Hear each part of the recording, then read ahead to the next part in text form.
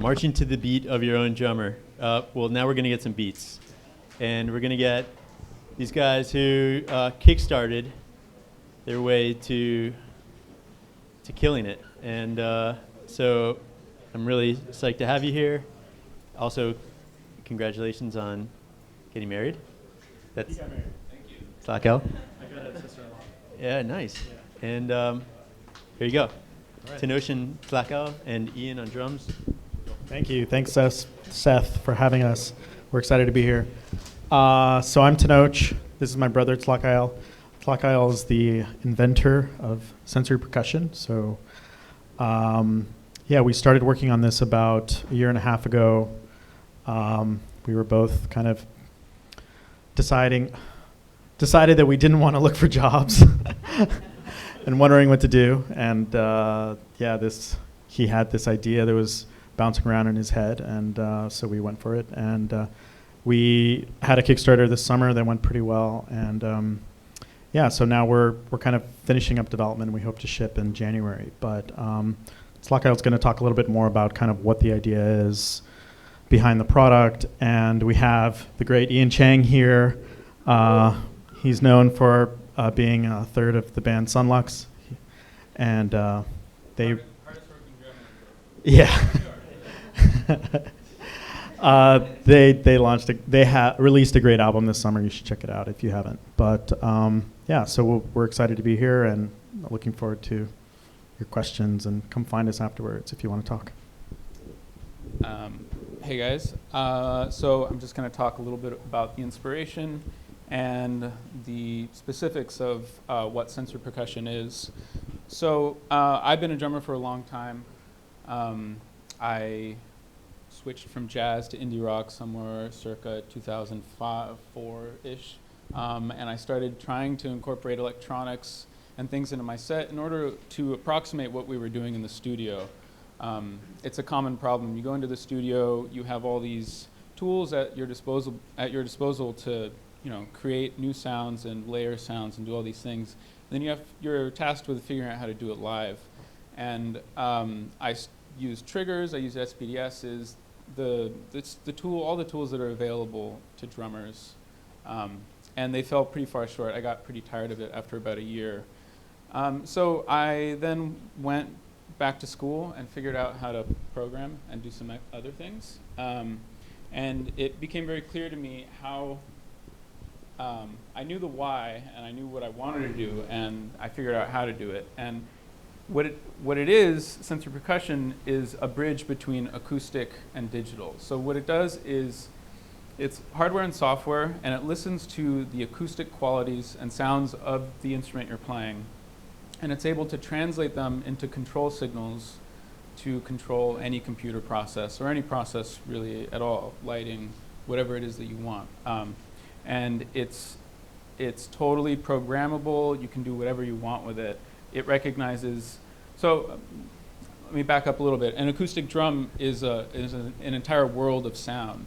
There are these complex resonating objects, and depending on how and where you hit them, they create unique sounds. And learning how to control the timbres coming out of that instrument, really takes a lifetime, and that's the art of drumming, is kind of getting very comfortable with the acoustics of this instrument. And if you're familiar at all with electronic drums, they take a completely different approach. They think drum beat is this sound and then this sound, and so if we can just get it so when you hit over here you get that sound, when you hit over here you get this other sound, that's good. That's all they need. And so that's what they do. Triggers, they turn your drums into buttons, and V drums are essentially buttons with a different form factor. And there are some other systems out there like Wave Drum and Gen 16 that take a different approach, that are much more expressive but are extremely limited in the kinds of sounds you can use.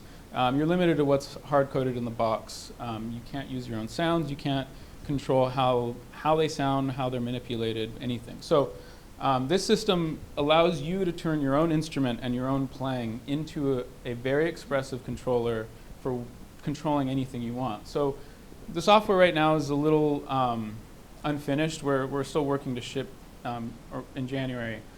So right now, this is what it looks like. It's going to look a lot prettier when we're done. And we're using Ableton, which is behind there, in order to, we're using Ableton as a sampler and for their effects. And so we're sending MIDI over to Ableton. So it knows the different parts. It knows when you hit different parts of your drum, and it knows when you hit them in different ways. So if, Ian, you want to just play that snare drum and show them. That's the center of the drum.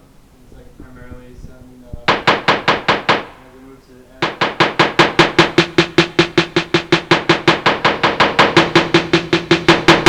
Moving between the two. We set it up so that there's like a sound assigned to the edge and a sound assigned to the center. And we've set it up right now where they blend between the two as you move between them. You can turn that off if you want it to be more just like you were saying, but like. Yeah, and that is significant because there's no other system that allows you to have that kind of control over sounds. They're all discrete regions, but this takes the drum as a whole and considers the sounds in relation to each other. So, you know, the center of the drum and the edge of the drum sound different, but they're related to each other. They sound more similar to each other than they do to the rim. And a rim shot is a combination of the rim and the center. And all the sounds that you create from a drum create kind of can imagine them. You can imagine them existing in this kind of space, and it turns out that it's a very high dimensional space. So it allows you to by kind of pegging controls to locations in the space, we're able to extract really rich, high dimensional and very expressive control parameters for controlling whatever you want. So if you're designing a controller or some kind of interface, you're stuck with sliders or buttons or knobs, or maybe you're designing some kind of three-dimensional controllers. But 3 dimensions is only one more than 2, and a drum is very high-dimensional. So we're trying to capture that complexity that exists in acoustic objects. So, go ahead. Yeah. So the colored sort of shapes are the different things that we've assigned sounds to right now. So like I said, there's a center, the edge, there's a rim shot with the blue guy. And then there's like the edge if I hit it with the tip of my stick. And the edge if I hit it with the like sort of shoulder. So you got like a whole lot of different sounds.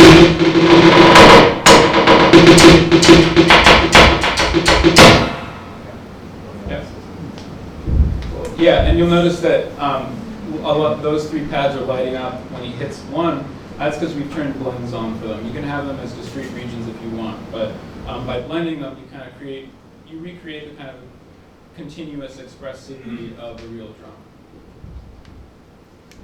So that's it. So It does a lot more. Yeah, there's a lot more. So after I guess the last presenter, Ian, is going to do a little improvisation for you all, kind of demonstrating what it can do. So it's set up in a pretty complex way, but maybe we'll take some questions, and then yeah. Thank you. Thanks.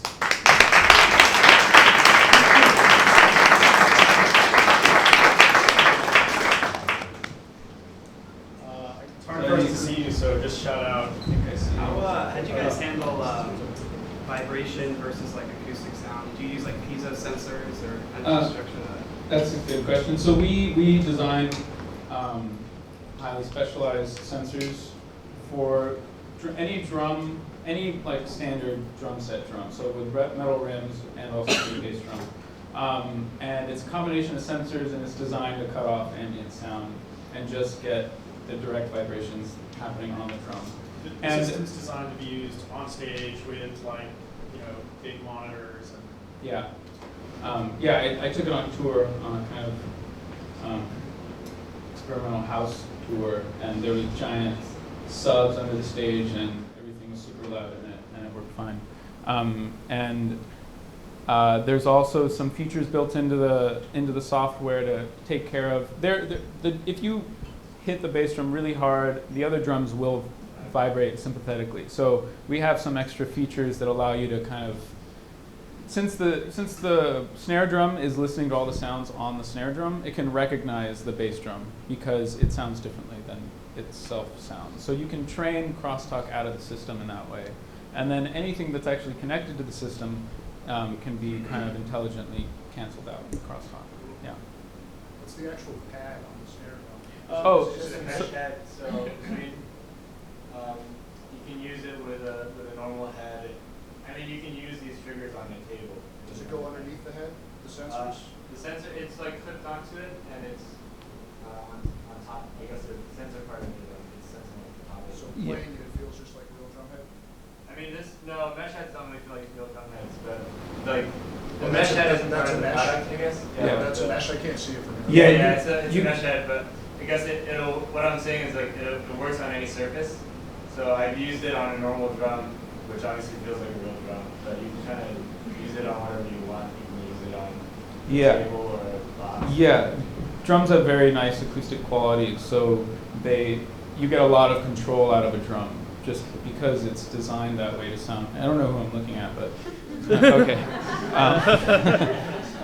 Because drums are musical instruments, and they're designed to kind of have these.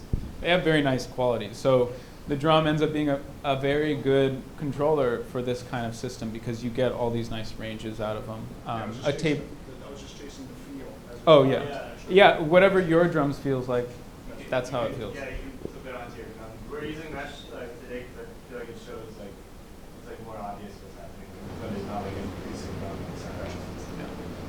The bass drum has a normal head on it. Any other questions?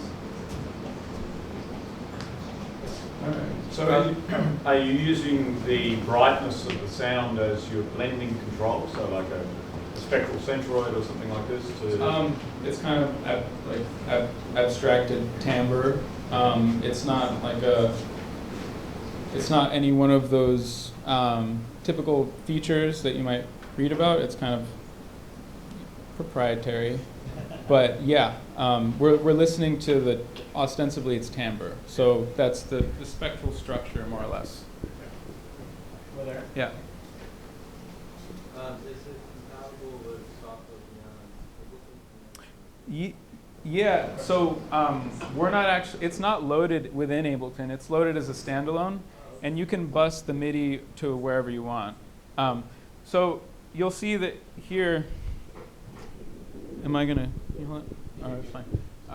This is the MIDI panel. So this controls MIDI output, and you can do some very complex things with it. But here is sound output, and it's still under works. And we're building our own sampler and effects racks, and this will allow us to really use the high-dimensional nature of our data. When we project down to MIDI, you lose all of the relationships, and we're really just kind of approximating how it's internally represented. But when we have our own, we want to get rid of MIDI entirely because it's not really very useful. And it was designed for keyboards, and keyboards don't have anything to do with drums. This kind of linear idea doesn't translate very well to drum acoustics, so we're designing our own system. Okay. All right. Cool. Thanks, guys.